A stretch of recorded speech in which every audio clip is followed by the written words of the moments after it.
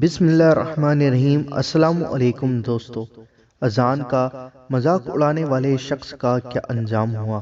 دوستو، ایک شخص تھا جو اذان کا مذاق اڑایا کرتا تھا۔ آئیے دوستو جانتے ہیں اس واقعے کو۔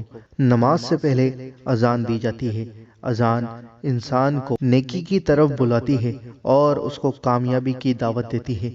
دوستو، اذان مؤذن کہتا ہے جو مسجد میں سے لوگوں کو نماز کے لیے پکارتا ہے کہ آؤ نماز کی طرف، آؤ کامیابی کی طرف۔ دوستو، اذان سن کر جواب دینا بہت بڑا ثواب کا کام ہے اور بہت سی نیکیاں انسان کو ملتی ہیں۔ دوستو، ایک غیر مسلم جب مؤذن کو اشہد ان محمد رسول اللہ کہتے سنتا تو وہ غیر مسلم شخص کہتا جھوٹا جل جائے، معاذ اللہ۔ وہ ایسا کہتا تھا۔ ایک دن اس کی خادمہ رات میں آگ لے کر آئی تو اس میں سے ایک چنگاری اڑی جس سے گھر میں آگ لگ گئی اور وہ شخص اپنے اہل خانہ سمیت جل کر ہلاک ہو گیا۔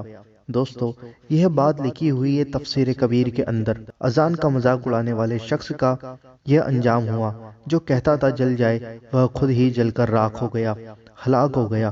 دوستو، اس لیے ایسے برے کام سے بچیں اور کوئی یہ برا کام کرتا دکھے تو اس کو منع بھی کریں کہ یہ کام نہ کرے، چاہے کوئی سا بھی برا کام ہو۔